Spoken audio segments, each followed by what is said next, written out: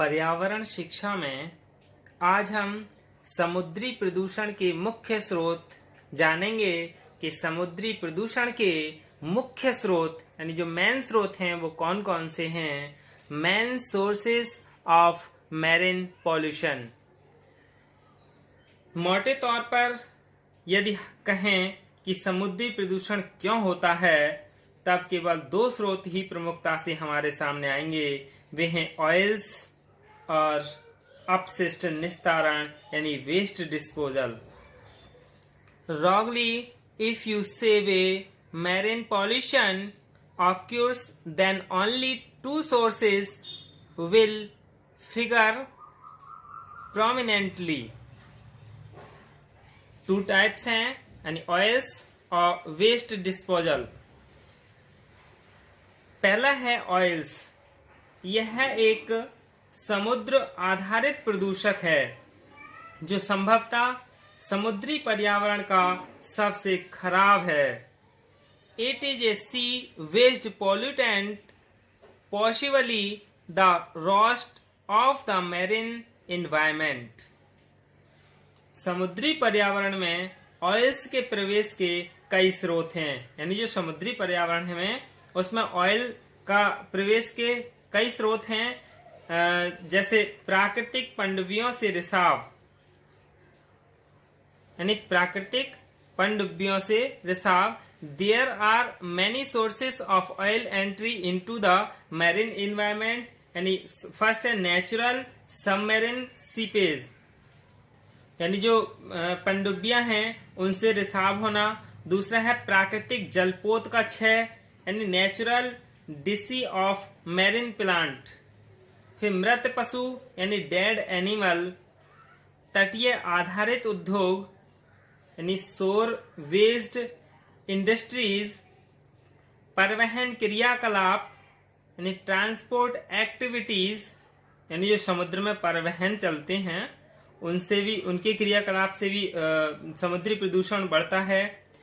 टूटे हुए अथवा रिसते हुए ऑयल टैंकर और जहाज यानी raked oil tankers and ships यानी जो जहाज हैं और ऑयल टैंकर हैं वो टूटे फूटे हुए या उनमें से रिसाव हो रहा हो तेल का, तो इससे भी क्या है समुद्री प्रदूषण बढ़ता है।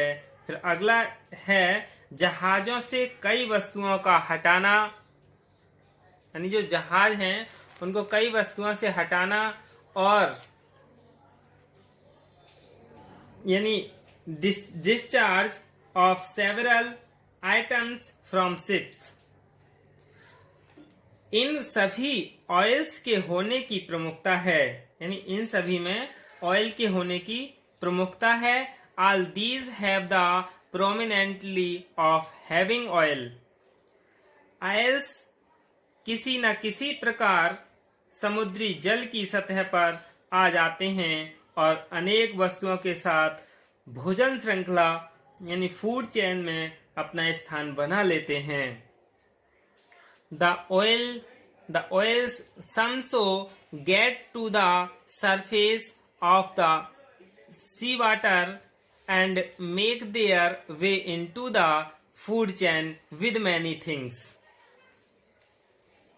खाने के साथ कई प्रकार के विषैले पदार्थ मानव, पशु, जलचर और पक्षियों की मौत के कारण बनते हैं।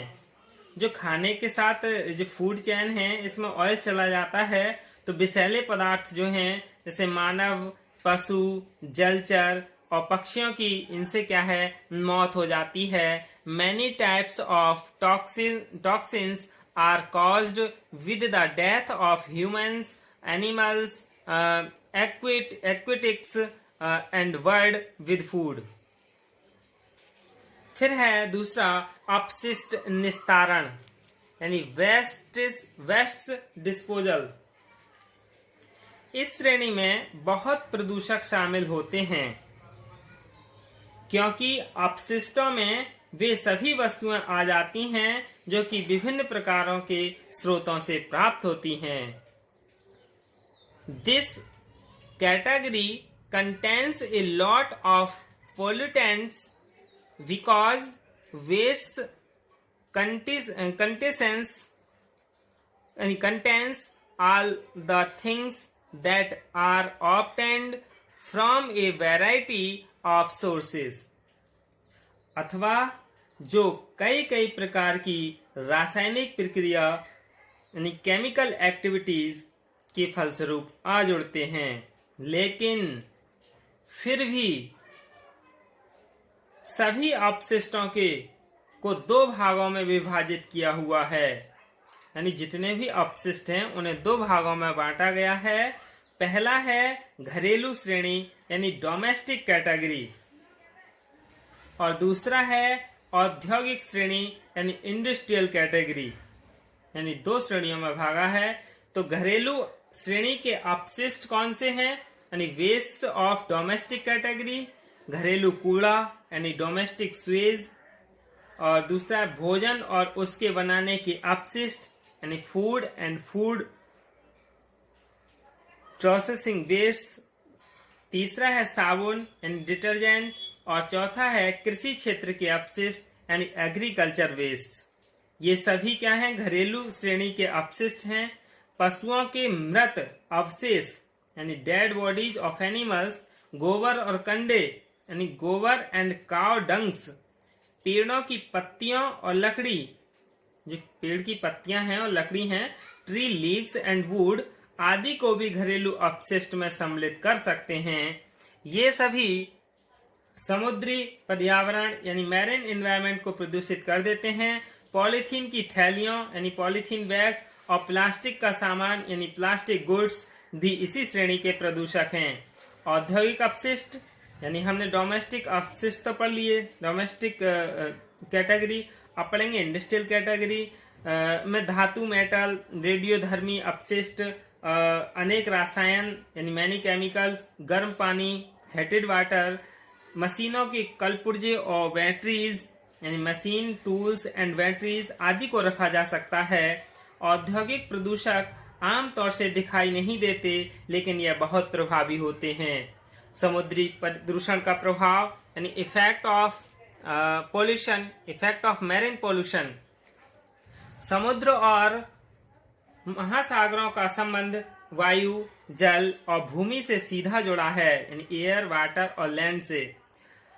अतः इनके कार्यकलाप और इनकी समस्याएं भी एक दूसरे से बहुत निकट से जुड़ी हैं। इसलिए यह आवश्यक है कि वायु की शुद्धता और जल की स्वच्छता और भूमि की संवेदनशीलता बहुत ही निरापद हो। समुद्री प्रदूषण के निवारण हेतु विरासत में मिली इन प्राकृतिक संपदाओं को सुरक्षित और आवश्यक मात्रा में बनाए रखें। यह ध्यान देने की बात है कि मनुष्य, पशु पक्षी, जलचर और वनस्पति का वह भाग हमने उस क्षेत्र के लिए छोड़ दिया है जो समुद्र पृथ्वी के 7/10 भाग में है, और प्राणी जगत के अधिकांश भाग की भावी भविष्य निर्णायक हैं। यही क्या है? समुद्री प्रदूषण के मुख्य स्रोत हैं। धन्यवाद।